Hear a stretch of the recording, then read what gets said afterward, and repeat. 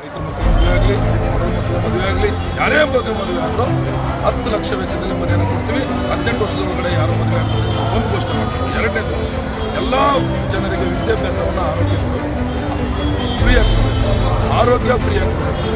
ವಸತಿ 10 ಲಕ್ಷ ವೆಚ್ಚದಲ್ಲಿ ಎಲ್ಲ ವರ್ಗದವರಿಗೆ 10 ಲಕ್ಷ ವೆಚ್ಚದಲ್ಲಿ ಮನೆಯನ್ನು ಕಟ್ಟಿಸಿಕೊಡ್ಬೇಕು. ಈಗ ಕೊಡ್ತಿರುವಂಥ ಮನೆಗಳು ನಮಗೆ ಸಾಲೋದಿಲ್ಲ. 10 ಲಕ್ಷ ವೆಚ್ಚದಲ್ಲೇ ಮನೆಯನ್ನು ಕೊಡಬೇಕು. ರೈತರಿಗೆ ಏನೇನು ಕೊಡಬೇಕು? ನೀರಾವರಿಯನ್ನು 224 ಕ್ಷೇತ್ರದಲ್ಲಿ ನೀರಾವರಿ ಕೊಡಬೇಕು. ವರ್ಷಕ್ಕೆ 3 ಬೆಳೆ ಬೆಳೆದ ಅವಕಾಶ ಮಾಡಬೇಕು. ಅಣೆಕಟ್ಟುಗಳು ಕಟ್ಟಬೇಕು. ರೈತರಿಗೆ 24 ಅವರ್ಸ್ ನಾವು ಟ್ಯಾಕ್ಸ್ ರೈತ ಬೀದಿ ಕೊಡ್ತಾರೆ.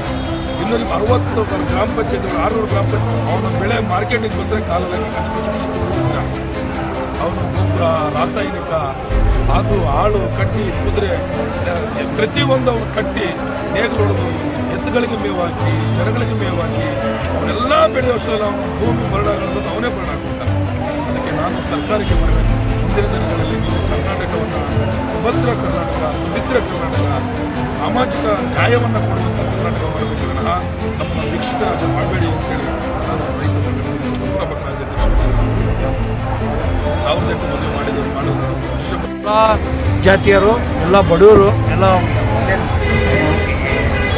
ಹೆಣ್ಣಿಗೆ ರೈತರಿಗೆ ಹೆಣ್ಣು ಕೊಡೋದು ಭಾಳ ಇಲ್ಲಿ ನಮ್ಮ ಇದ್ರಾಗೆ ಸಮಸ್ಯೆ ಭಾಳ ಐತೆ.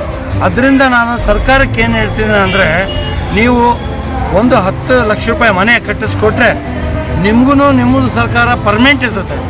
1008 ಜನಕ್ಕೆ ನೀವು ಸರ್ಕಾರದವರು ನೇರವಾಗಿ ಬಂದು ನಾವು ಕಟ್ಟಿಸ್ಕೊಡ್ತೀವಿ ಅಂತ ಹೇಳಿದರೆ, ಮನೆ ಕೊಟ್ಟಿದ್ದೀವಿ, 3 ಲಕ್ಷ ಮನೆ ಕೊಟ್ಟಿದ್ದೀವಿ ಅಂತ ಹೇಳ್ತೀರಾ. ಇದು ಅವೆಲ್ಲ ನನಗೆ ಅವೆಲ್ಲ ಬೇಡ. 2,000 ಮನೆ ಕೊಟ್ಟಿದ್ದೀರಾ ನೀವು ಮೊನ್ನೆ. ಜಮೀರ್ ಅಹಮದ್ ಸಾಹೇಬ್ರೆ, ನೀವು 2,000 ಮನೆ ಕೊಟ್ಟಿದ್ದೀರಾ. ಆಮೇಲೆ ಆಶ್ವಾಸನೆ ಕೊಟ್ಟಿದ್ದೀರಾ 2 ಲಕ್ಷ ಕೊಡ್ತೀವಿ ಅಂತ ಹೇಳಿ. ಇದು ರೈತರಿಗೆ ಕೊಡ್ರಿ, ರೈತರು ಬಡವರು ರೀ, ಅವ್ರಿಗೆ ಹೆಣ್ಣು ಕೊಡಲ್ಲ. ಅವ್ರಿಗೆ ಹೆಣ್ಣಿಗೆ ಬೆಲೆನೇ ಕೊಡ್ತಾ ಇಲ್ಲ. ಯಾಕಂದರೆ ನೀವು ಮನೆ ಕಟ್ಟಿಸ್ಕೊಟ್ರೆ ನಿಮಗೂ ವ್ಯಾಲ್ಯೂ ಬರ್ತದೆ, ನಿಮಗೂ ಸರ್ಕಾರ ಚೆನ್ನಾಗಿರ್ತದೆ. ಈ ಸಂದರ್ಭದಲ್ಲಿ ಹೇಳಿದ್ದೀನಿ, ಭಾಳ ಜನ ಬರಬೇಕಿತ್ತು. ಇನ್ನು ಸ್ವಲ್ಪ ದಿನ ಬಿಟ್ಟು ಭಾಳ ಉಗ್ರ ಹೋರಾಟ ಮಾಡ್ತೀವಿ. ರೈತರಿಗೆ ಅಂದರೆ ಎಣ್ಣೆ ಕೊಡಲ್ಲ ರೈತರಿಗೆ ಎಲ್ಲ. ಆದರೆ ಅದ್ರಾಗೆ 1800 ಮದುವೆ ಮಾಡಿದ್ವಿ. 1800 ಸಮಸ್ಯೆ ಅದೇ, ಹೆಣ್ಣು ಕೊಡಲ್ಲ ರೈತರಿಗೆ. ನಾವು 4,000 ಜನ ತೊಗೊಂಡೋಗಿದ್ವಿ ರೈತರಿಗೆ.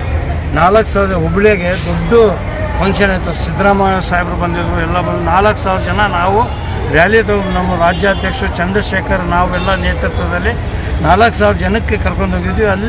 ಅಲ್ಲಿ ಆಶ್ವಾಸನೆ ಹೇಳಿದ್ದಾರೆ, ಕೊಡ್ತೀನಿ ಅಂತ. ಅದಕ್ಕೆ ನಾವು ಇಲ್ಲಿ ಫ್ರೀಡಮ್ ಪಾರ್ಕ್ನಾಗೆ ಒಂದು ಡಿಸ್ಟ್ರಿಕ್ಟ್ ಇಟ್ಕೊಂಡಿದ್ದೀವಿ. ಇದು ಅಂತ ಹೇಳಿದ್ದಕ್ಕೆ ಇವರು ಒಪ್ಪಿದ್ರು, ನಮ್ಮ ರೈತರು ಏನಾದ್ರು ಸಿದ್ದರಾಮಯ್ಯ ಬರ್ತಾರೆ, ಆಮೇಲೆ ಜಮೀರ್ ಅಹಮದ್ ಬರ್ತಾರೆ, ಆಮೇಲೆ ಎಲ್ಲ ಮುಖಂಡ ಅದರಿಂದ ಅಲ್ಲಿ ಬಂದಿದ್ರು. ಇಲ್ಲಿ ಏನೂ ಇಲ್ಲಲ್ಲ. ಏನಾಗ್ಬಿಟ್ಟೆ ಅಲ್ಲಿ ಮನೆ ಕಟ್ಟೋದು, ಅಲ್ಲೇ ಕೊಟ್ಟು ಬಡವರು ರೈತರು ಅವರು ಹೆಂಗ್ ಮುದ್ದ ಬೈತು ಅವ್ರಿಗೇನು 1,000 ಜನ ಸೇರಿಸ್ತೀವಿ. ಇಷ್ಟು ನಮ್ಗೆ ಪಾಠ ಆಗೈತೆ. ಒಂದು 500-600 ಜನ ಆಗಿದ್ವಲ್ಲ. ಹೆಚ್ಚಿನ ಸಂಖ್ಯೆಯಲ್ಲಿ ಒಳ್ಳೆ ಒಂದು ಪ್ರತಿಭಟನೆ ಮಾಡ್ತೀವಿ. ಓಕೆ.